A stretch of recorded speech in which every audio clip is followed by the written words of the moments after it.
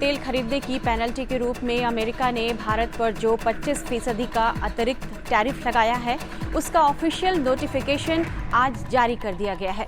भारतीय समय के अनुसार यह टैरिफ बुधवार यानी 27 अगस्त को सुबह 9:31 पर लागू हो जाएगा। अमेरिकी होमलैंड सिक्योरिटी विभाग ने एक ड्राफ्ट नोटिस जारी कर इसकी पूरी रूपरेखा बताई है।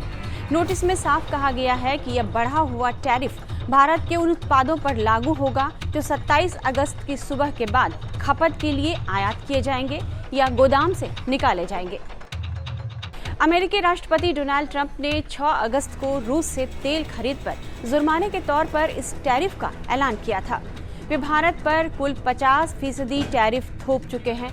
अमेरिका रूस के तेल व्यापार को रोकने की कोशिश में है और भारत पर यह टैरिफ उसी रणनीति का हिस्सा है। रूस से क्रूड ऑयल के आयात पर लगाए गए इस टैरिफ का भारत कड़े शब्दों में विरोध कर चुका है। विदेश मंत्री एस जयशंकर कह चुके हैं कि तेल के नाम पर अमेरिका का दोहरा रवैया भारत को किसी भी सूरत में मंजूर नहीं है। मॉस्को में भारत के राजदूत विनय कुमार ने भी कहा है कि जहां से सस्ता तेल मिलेगा हम वहीं से खरीदेंगे। भारत ऐसे कदम उठाता रहेगा जो राष्ट्रीय हित की रक्षा करेंगे। उन्होंने यह भी कहा कि हमारी प्राथमिकता देश की 140 करोड़ की आबादी के लिए ऊर्जा सुरक्षा सुनिश्चित करना है। उन्होंने यह भी कहा है कि भारत और रूस के बीच तेल आयात के भुगतान में कोई समस्या नहीं है। भारत रूस के पास अपनी अपनी मुद्रा में भुगतान करने की व्यवस्था भी है। भारत और अमेरिका लंबे समय से एक ट्रेड डील पर काम कर रहे हैं। 25 अगस्त को अमेरिकी टीम छठे दौर की बातचीत के लिए आने वाली थी, लेकिन बाद में इस मीटिंग को टाल दिया गया।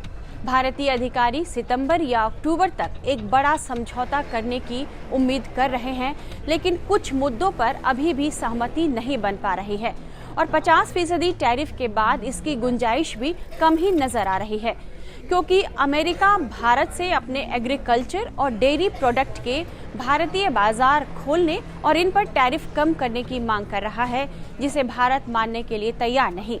इसके पीछे भारतीय किसानों का हित है। प्रधानमंत्री नरेंद्र मोदी कई मंचों से यह साफ कर चुके हैं कि भारतीय किसानों और पशुपालकों के हितों से कोई समझौता नहीं किया जाएगा। ऐसे में अमेरिकी टैरिफ का अर्थव्यवस्था पर असर पड़ने जा रहा है। अब हम आपको बारी बारी से ये समझाते हैं कि अमेरिकी राष्ट्रपति डोनाल्ड ट्रंप के इस 50% टैरिफ का इंडस्ट्री से लेकर आम आदमी पर किस तरह का असर पड़ने जा रहा है।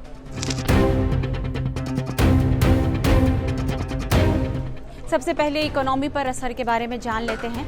अमेरिकी टैरिफ से सरकार की कमाई और जीडीपी घट सकती है, क्योंकि 50% टैरिफ लगने से अमेरिका को होने वाला निर्यात कम हो जाएगा।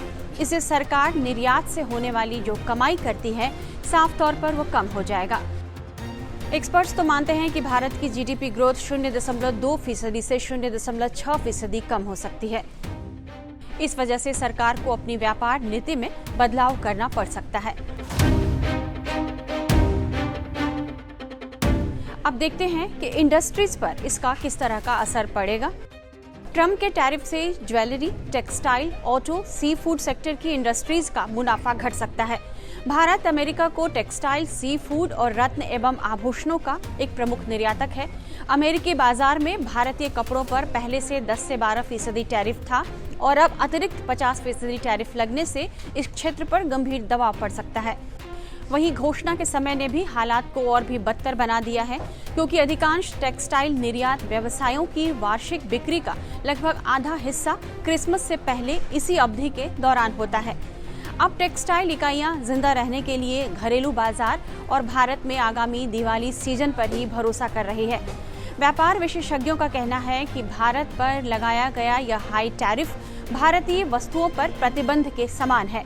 एक्सपर्ट्स का मानना है कि अगर अमेरिका के साथ ट्रेड डील नहीं होती है या टैरिफ कम नहीं होता है, तो 48.2 अरब डॉलर के निर्यात पर सीधा असर पड़ सकता है। इसी तरह आभूषण बनाने वाले ब्रांड भी अभी घबराए हुए हैं। चमड़ा, मरीन प्रोडक्ट्स, केमिकल और ऑटो पार्ट्स जैसे क्षेत्र भी बेहद प्रभावित हो सकते हैं। हालांकि अमेरिका के इस टैरिफ का असर आईटी, फार्मास्यूटिकल्स और इलेक्ट्रॉनिक इंडस्ट्री पर नहीं होगा। अभी इलेक्ट्रॉनिक्स को सेक्शन 232 के तहत छूट मिली हुई है, जब तक इसकी घोषणा नहीं होती है तब तक अमेरिका को निर्यात पर इसका कोई असर नहीं पड़ेगा।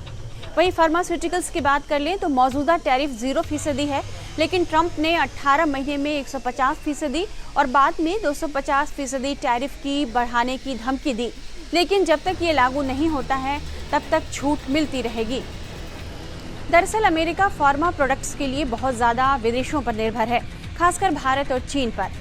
अमेरिका भारत से जेनेरिक दवाइयाँ, वैक्सीन और एक्टिव इंग्रेडिएंट्स खरीदता है। 2025 में अमेरिका को भारत का फार्मास्यूटिकल निर्यात 7.5 अरब डॉलर से ज़्यादा रहा। अमेरिका के फूड एंड ड्रग एडमिनिस्ट्रेशन के मुताबिक अमेरिका में इस्तेमाल होने वाली सभी जेनेरिक दवाइयों की लगभग 40% हिस्सा जो है वो भारत से आता है। यदि इस सेक्टर पर भी टैरिफ लागू होता है तो भारतीय फार्मा सेक्टर पर इसका बहुत बुरा असर पड़ सकता है।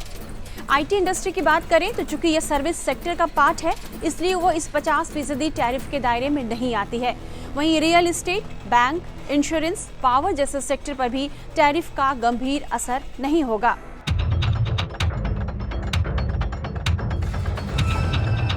अब समझते हैं कि आम आदमी पर इसका क्या असर होने वाला है। तो एक रिपोर्ट के मुताबिक इससे भारत में नौकरियां जाने का खतरा बढ़ सकता है। भारत से अमेरिका को सबसे ज्यादा ज्वेलरी, टेक्सटाइल, मशीनरी और केमिकल एक्सपोर्ट्स किए जाते हैं। इन उत्पादों को तैयार करने में बड़ी संख्या में वर्कफोर्स लगाए जाते हैं। 50% टैरिफ से अमेरिका में ये चीजें महंगी हो जाएंगी और वहां से ऑर्डर मिलने कम हो जाएंगे। ऐसे में जब ऑर्डर कम होगा तो कंपनियों को अपना प्रोडक्शन घटाने के लिए मजबूर होना पड़ेगा, जिससे छंटनी भी हो सकती है। यानी इन सेक्टर्स में नौकरियां जाने का खतरा है।